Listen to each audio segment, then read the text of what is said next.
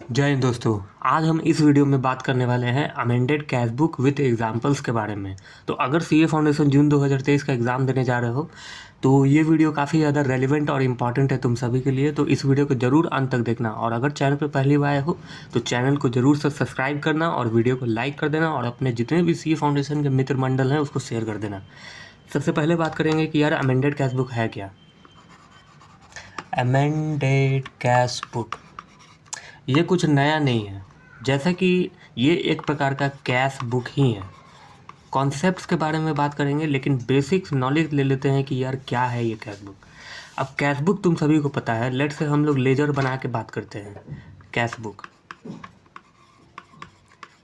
का laser create करते हैं, बहुत शॉर्ट ड्यूरेशन में इसको सॉल्व कर देंगे। जैसे कि तुम सभी को पता है कि यार डेबिट और क्रेडिट का कॉन्सेप्ट होता है।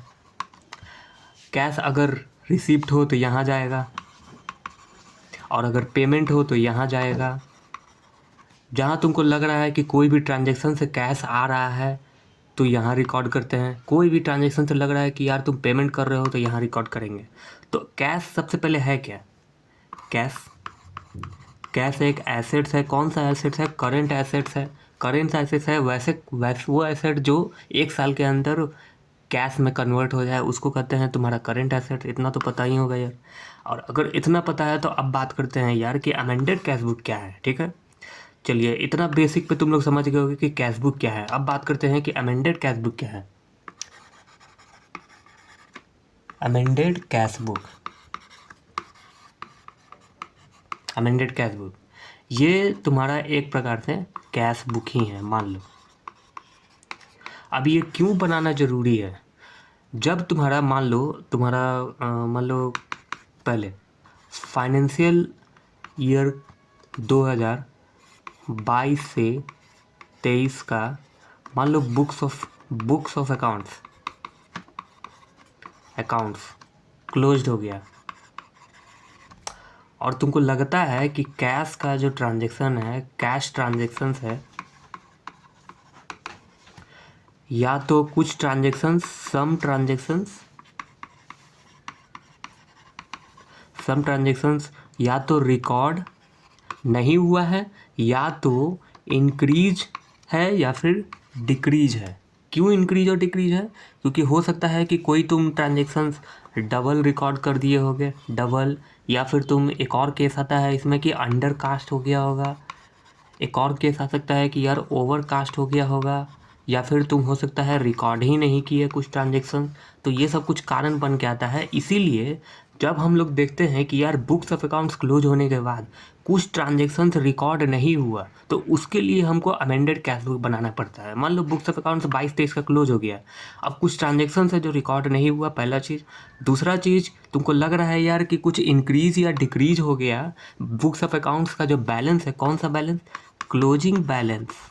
वो मैच नहीं हो रहा, वो मैच नहीं हुआ, तो यहाँ पे तुमको बनाना पड़ता है अमेंडेड कैश बुक को। अब बात करते हैं कि अमेंडेड कैशेस में ऐसे कौन से ट्रांजैक्शंस है जो रिकॉर्ड करना ज़रूरी है। सबसे पहले अमेंडेड कैश बुक का लेजर बनाते हैं, उसी के साथ हम बताएंगे अमेंडेड कैश बुक। उसके बाद एग्जाम्पल को बताएंगे और इस वीडियो को यहीं समाप्त करेंगे। अमेंडेड कैश बुक क्या है? एक कैश बुक ही है। इसी प्रकार से तुमको लेजर क्रिएट करना है।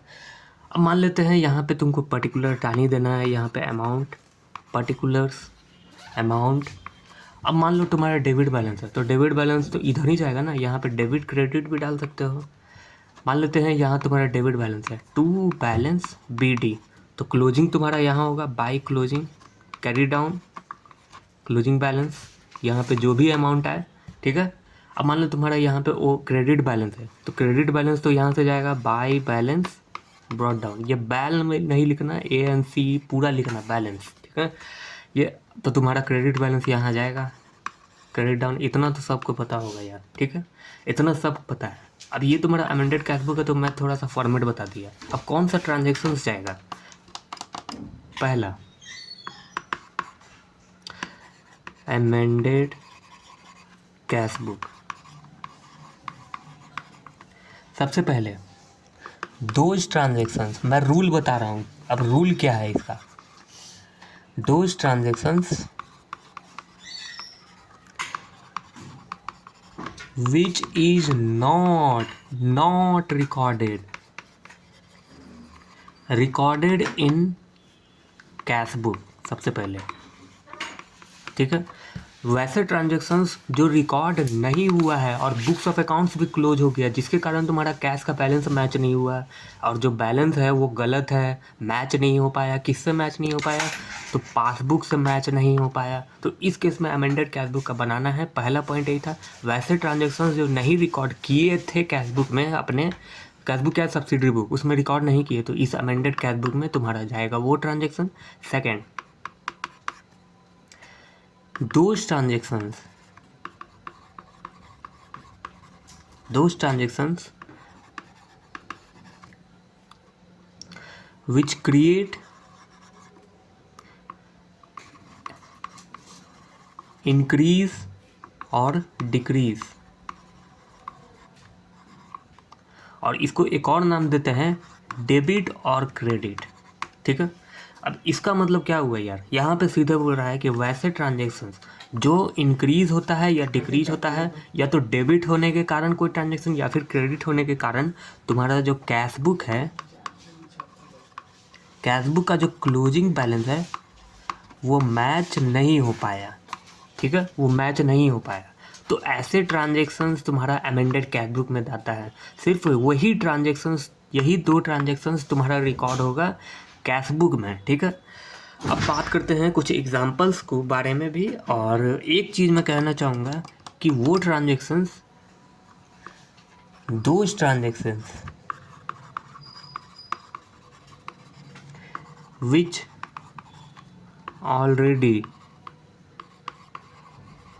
already recorded in cash book,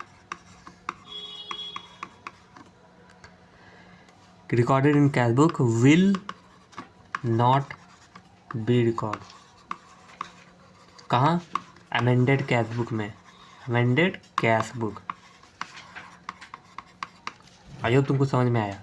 कह रहा है, ये तीसरा पॉइंट भी तुम ले सकते हो, ये भी एक रूल है कि वैसे ट्रांजेक्शन्स जो ऑलरेडी तुम्हारा कैश बुक में रिकॉर्ड हो गया है, वो ट्रांजेक्शन्स अमेंडेड कैश बुक में रिकॉर्ड नहीं होगा। आई होप तुमको ये समझ में आ गया। अब एग्जांपल्स के बारे में बात करते हैं कि क्या क्या अमेंडेड कैश बुक में बात आ सकता है। सबसे पहले जिसमें कहा गया कि ट्रांजेक्शन्स नॉट रिकॉर्डेड, इसका एग्जांपल लेते हैं पहले 1। क्या एग्जांपल होगा? चलो मान लेते हैं बैंक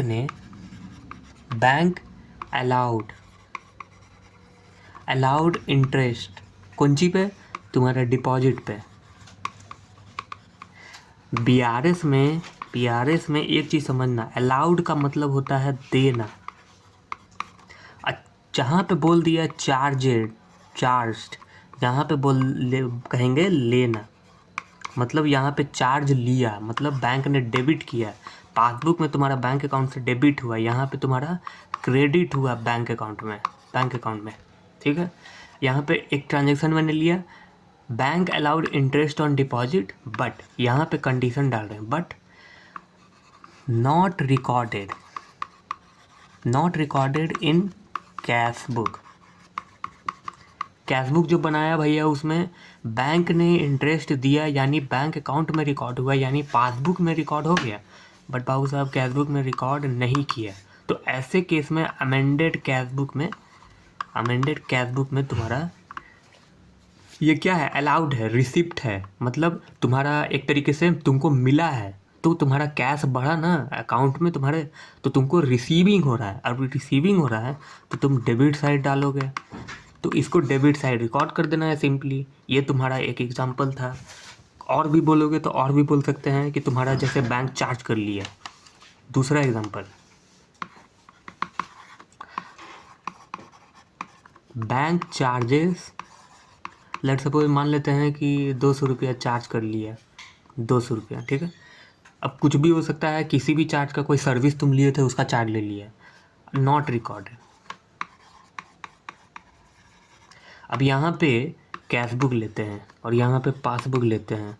लेट्स से सपोज तुम्हारा ओपनिंग बैलेंस था, वो भी लेते हैं शॉर्ट में, ओपनिंग बैलेंस था, मान लेते हैं तुम अपने कैश बुक में डाले हुए थे 1 लाख, पासबुक में भी तुम्हारे बैंक अकाउंट में भी 1 लाख रुपया डाला हुआ है, ठीक है। अब यहाँ पे बोल रहा है कि यार बैंक ने चार्ज काटा, लेट से सपोज इसको 2000 ले लेते हैं, क्योंकि हम लोग 1 लाख लिए हैं तो 2000 रुपया रिलेवेंट होगा, 200 रुपया बहुत ज़्यादा डिफरेंस होगा। तो पासबुक में बैंक ने क्या किया, बैंक ने चार्ज किया भैया 2000, तो यहाँ पे पासबुक में 2000 घटा हुआ है, लेकिन यहाँ इसने कुछ किया ही नहीं, क्योंकि नॉट रिकॉर्डेड, इसने रिकॉर्ड ही नहीं किया, तो कैश बुक का बैलेंस जस के तस है, वो घटा ही नहीं है, ठीक है। तो यहाँ पे तुम्हारा बैलेंस निकल के आ जाएगा 1 लाख, और यहाँ पे भैया तुम्हारा बैलेंस निकल के आ जाएगा 98,000, ठीक है। अब यहाँ पे साफ देख सकते हो कि पासबुक घटा हुआ है और कैश बुक घटा हुआ है। अब यहाँ पे तुम अपना उस कॉन्सेप्ट को लगा कर देख लेना, जो भी मैंने बताया था पिछले वीडियो में, BRS का जो मैंने बताया था कि डेबिट बैलेंस है तो डेबिट बैलेंस के हिसाब से तुम डाल लेना, क्रेडिट बैलेंस जो है उसके हिसाब से डाल लेना। अभी ही बता देता हूँ, देखो मान लो डेबिट बैलेंस है कैश बुक का, या फिर क्रेडिट बैलेंस है तुम्हारा कैश बुक का। तो डेबिट में मैंने कहा था अगर डेबिट बैलेंस रहे और तुमको दिख रहा है कि तुम्हारा कैश बुक ज़्यादा है और पासबुक घटा हुआ है, अगर ज़्यादा है, यहाँ पे दिख रहा है कि 1 लाख है कैश बुक, लेकिन पासबुक 98,000, से जाहिर सी बात है कैश बुक बढ़ा हुआ है, तो इसको हमको घटाना है BRF में, ठीक है। अगर यहाँ पे क्रेडिट बैलेंस कैश बुक दिख रहा है, तो यहाँ पे तुम देख रहे हो अगर बढ़ा हुआ है, तो यहाँ पे तुम बढ़ा हुआ है तो यहाँ पे बढ़ा देंगे कैश बुक को, ठीक है ना। तो ये तुम्हारा कॉन्सेप्ट था BRS का, आई होप तुमको अभी भी समझ में आ गया। अब एग्जांपल लेते हैं दूसरे वाले कॉन्सेप्ट का, सेकंड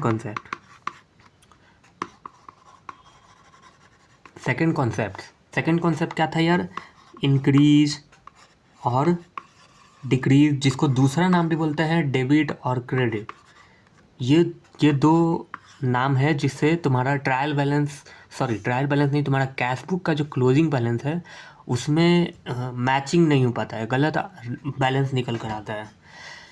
इसका एग्जांपल लेते हैं, पहला एग्जांपल इंक्रीज और डिक्रीज का। लेट सपोज ले लेते हैं यार अंडर कास्ट, एग्जांपल तुम्हारा इसका आ जाएगा अंडर कास्ट 2000 से, ठीक है, 2000 से अंडर कास्ट है।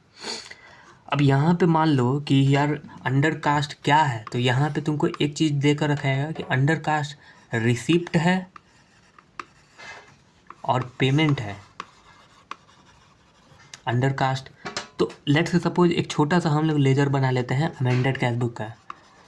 अमेंडेड कैश बुक, यहाँ पे हम लोग बैलेंस ले लिए, और अगर डेबिट बैलेंस है तो मान लेते हैं यहाँ पे डाल देंगे टू बैलेंस ब्रॉट डाउन, कुछ भी ले लेते हैं, मान लेते हैं 2000 लिए थे तो यहाँ पे ले लेते हैं 10,000, ठीक है।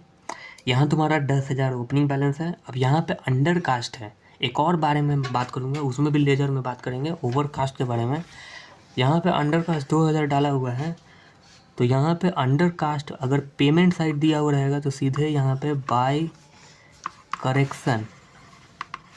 करेक्शन इन एरर लिख के 2000 रुपया क्रेडिट साइड डाल देना। मतलब जहाँ पे तुमको अंडर कास्ट बोले, कैश बुक में बोले कि पेमेंट साइड अंडर कास्ट था या फिर रिसिप्ट साइड अंडर कास्ट था, तो सीधे जिस चीज़ का अंडर कास्ट है वो उस साइड तुम रिकॉर्ड कर देना। अगर रिसिप्ट साइड रहता तो यहाँ पे 2000 डाल देते हैं, यहाँ पे पेमेंट में मैं डाला एज एग्जाम्पल, तो पेमेंट साइड 2000 डाल दिए। अब यहाँ पे ओपनिंग बैलेंस डेबिट बैलेंस है, तो क्या करेंगे, इसको 2000 से घटा के तुम्हारा यहाँ बाई बैलेंस कैरी डाउन तुम्हारा निकल के आ जाएगा 8000। ये एक एग्जांपल के साथ मैंने बताया, ये तुम्हारा अंडर कास्ट हो जाता है इंक्रीज और डिक्रीज। और ये जो बैलेंस आएगा, ये बैलेंस तुमको BRS जो बनाना रहता है अमेंडेड कैश बुक के बाद, उसमें डालना है एज एन क्लोजिंग बैलेंस, ठीक है। अब देखो दूसरा एग्जांपल लेते हैं, सेकेंड ओवरकास्ट भाई मान लेते हैं यार 10,000, ठीक है। और तुम्हारा हम लोग वही अमेंडेड कैश बुक का लेजर बना के देखते हैं कि क्या करना है इसमें। यहाँ पे कर देते हैं ओपनिंग बैलेंस डेबिट बैलेंस ही है, टू बैलेंस ब्रॉट डाउन। यहाँ पे अगर हम लोग 10,000 लिए हैं तो यहाँ पे हम लोग ओपनिंग ले लेते हैं 1,00,000, ठीक है, 1,00,000 लिए हुए हैं। अब ओवरकास्ट है, जहाँ पे भी तुमको दिखे कि बोल रहा है overcast payment side, payment side, या फिर तुम्हारा ये रिसिप्ट साइड लिख दे, रिसिप्ट साइड। अगर तुमको बोल रहा है कि पेमेंट साइड ओवरकास्ट है, मतलब ज़्यादा दिखा दिया है, ठीक है, यहाँ पे अगर ज़्यादा दिखा दिया है ओवरकास्ट, तो भैया इसको अगर ओवरकास्ट ज़्यादा दिखा दिया है तो तुम्हारा अगर डेबिट बैलेंस रहेगा तो कैश बुक ज़्यादा घटेगा। अगर 10,000 से ज़्यादा है तो पेमेंट साइड क्या है, यहाँ पेमेंट साइड तुम 10,000 एक्स्ट्रा दिखा दिए, ठीक है, तो उसको तुमको अपोजिट साइड रिकॉर्ड कर देना है। तो मतलब यहाँ पे रिकॉर्ड होगा two correction, correction in error. सीधी सी बात है यार, अगर ओवरकास्ट बोल दे तो अपोजिट साइड, अपोजिट साइड, और अंडर कास्ट बोल दे तो सेम साइड। ये सिर्फ लागू होता है तुमको अमेंडेड कैश बुक के लेजर के लिए, ठीक है, ये लेजर के लिए अप्लाई होता है, क्योंकि ये एकमात्र शॉर्ट फॉर्म है जिसे तुम अच्छे से समझ सकते हो कि यार अमेंडेड कैश बुक को कैसे तुमको बनाना है। अभी मान लेते हैं यहाँ पे तुम दिखा दिए 10,000, ओवरकास्ट ज़्यादा दिखा दिए, तो जाहिर सी बात है तुम यहाँ डालोगे 10,000। अब यहाँ पे तुम्हारा बैलेंस निकल के आ जाएगा 1,10,000, 1,10,000, और यहाँ पे बाय बैलेंस कैरीड डाउन 1,10,000। तो ये तो तुम्हारा अंडर कास्ट और ओवर कास्ट का तुम्हारा कॉन्सेप्ट। अब मान लेते हैं एक और ट्रांजेक्शन का एग्जांपल लेते हैं, इंक्रीज और डिक्रीज का, जो कि मोस्ट इंपॉर्टेंट है, हर क्वेश्चन में बन के आता है एग्जामिनेशन में। चलो पहले बात करते हैं कि देखो यहाँ पे चेक रिसीव, चेक रिसीव मान लेते हैं 2,000 का है, 2,000 का है, ठीक है। यहाँ पे लिख देगा entered twice in cash book, ठीक है, inter twice in cash book. अब यहाँ पे अमेंडेड कैश बुक बना रहे हैं, लेजर बनाकर इसीलिए बता रहे हैं दोस्तों क्योंकि इससे थोड़ा इजी होगा समझने में, कैलकुलेशन के माध्यम से भी बताया जा सकता है। पर्टिकुलर्स अमाउंट पर्टिकुलर्स, ठीक है। मान लेते हैं डेबिट ही बैलेंस है, टू बैलेंस ब्रॉट डाउन, कुछ भी ले लेते हैं 10,000, यहाँ पे 2,000 डाला हुआ है। चेक रिसीव हुआ है, चेक रिसीव हुआ है तो तुमको यहाँ रिकॉर्ड होना चाहिए था। अब बाबू साहब 2 बार रिकॉर्ड कर दिए हैं तो यहाँ पे तुम्हारा जाहिर सी बात है 4,000 से क्रेडिट कर दिया होगा, डेबिट कर दिया होगा। तो अगर डेबिट कर दिया है, अमेंडेड कैश बुक में हम लोग को क्या करना है, यहाँ पे डेबिट बैलेंस है, 2,000 की जगह 4,000 बढ़ा हुआ होगा, ठीक है। अगर 4,000 बढ़ा हुआ होगा तो ऐसे में आप क्या करें, ऐसे में सिंपल सी बात है कि ऐसे में यार तुमको करेक्ट करना होगा उसको। और अगर करेक्ट करना होगा तो मान लेते हैं डेबिट बैलेंस है, चेक रिसीव हुआ है तो कैश आया, यानी डेबिट साइड डाला होगा। 2 बार रिकॉर्ड कर दिया तो यहाँ पे 4,000 से बढ़ा हुआ है, टू कुछ भी कर सकते हैं, कस्टमर दिया होगा, कस्टमर दिया होगा पैसा, 4,000 से डेबिट कर दिया, ठीक है। अब इसको कैसे रेक्टिफाई करेंगे, ये तो तुम्हारा रिकॉर्ड ऐसे नहीं होगा, ये तुमको मैंने दिखाया है सिर्फ, ये रिकॉर्ड नहीं होगा। तो 4,000 से मान लो एग्जाम्पल ले लो कि यार बढ़ा हुआ है, अगर बढ़ा हुआ है और डेबिट बैलेंस है, बढ़ा हुआ है तो क्या करेंगे, घटाएंगे। और घटाने के लिए भैया अगर यहीं हम लोग ये 2,000 एक्स्ट्रा डाल दें तो भैया ये तो बैलेंस और बढ़ जाएगा। तो इसको घटाने के लिए हम लोग यहाँ डालेंगे by correction, correction in error. I hope तुम लोग समझ रहे होगे, 2,000 से एक्स्ट्रा बढ़ा है ना, तो 2,000 से यहाँ पे घटा देंगे और जो बैलेंस आएगा बाय बैलेंस कैरी डाउन, यहाँ पे तुम्हारा निकल के आ जाएगा 8,000। ये था तुम्हारा बैलेंस, ठीक है। आई होप तुमको इतना समझ में आ गया है इस एग्जाम्पल के साथ। अब एक छोटा सा नोट है, नोट इम्पॉर्टेंट पॉइंट। क्या है इम्पॉर्टेंट पॉइंट, वो पहला, जो ट्रांजेक्शन्स ऑलरेडी रिकॉर्ड हो गया, रिकॉर्ड है, वह रिकॉर्ड नहीं करना है, रिकॉर्ड नहीं करना है, नहीं करना है। आई होप तुमको इतना समझ में आया, ठीक है। एग्जाम्पल, चेक इशू किया, चेक इशूड किया तो जाहिर सी बात है यार रिकॉर्ड किया होगा, इसको रिकॉर्ड नहीं करना है। चेक डिपॉजिट किया, तो डिपॉजिट करेगा तो जाहिर सी बात है इसने ऑलरेडी कैश बुक में रिकॉर्ड कर दिया है, तो इसको भी रिकॉर्ड नहीं करना है। कहाँ रिकॉर्ड नहीं करना है? अमेंडेड कैश बुक में। अमेंडेड कैश बुक में रिकॉर्ड नहीं करना है। खासकर जहाँ पे चेक देखना ना कि वो ट्रांजेक्शन्स जो ऑलरेडी रिकॉर्ड हो गया है कैश बुक में, वो अमेंडेड कैश बुक में रिकॉर्ड नहीं होगा। अब एक बात और, दूसरा पॉइंट, बैंक से अगर कोई भी एरर होता है, कोई भी एरर, बैंक ने कुछ गलती कर दिया, वो भी अमेंडेड कैश बुक में नहीं जाएगा। जैसे कि एग्जाम्पल, बैंक wrongfully credited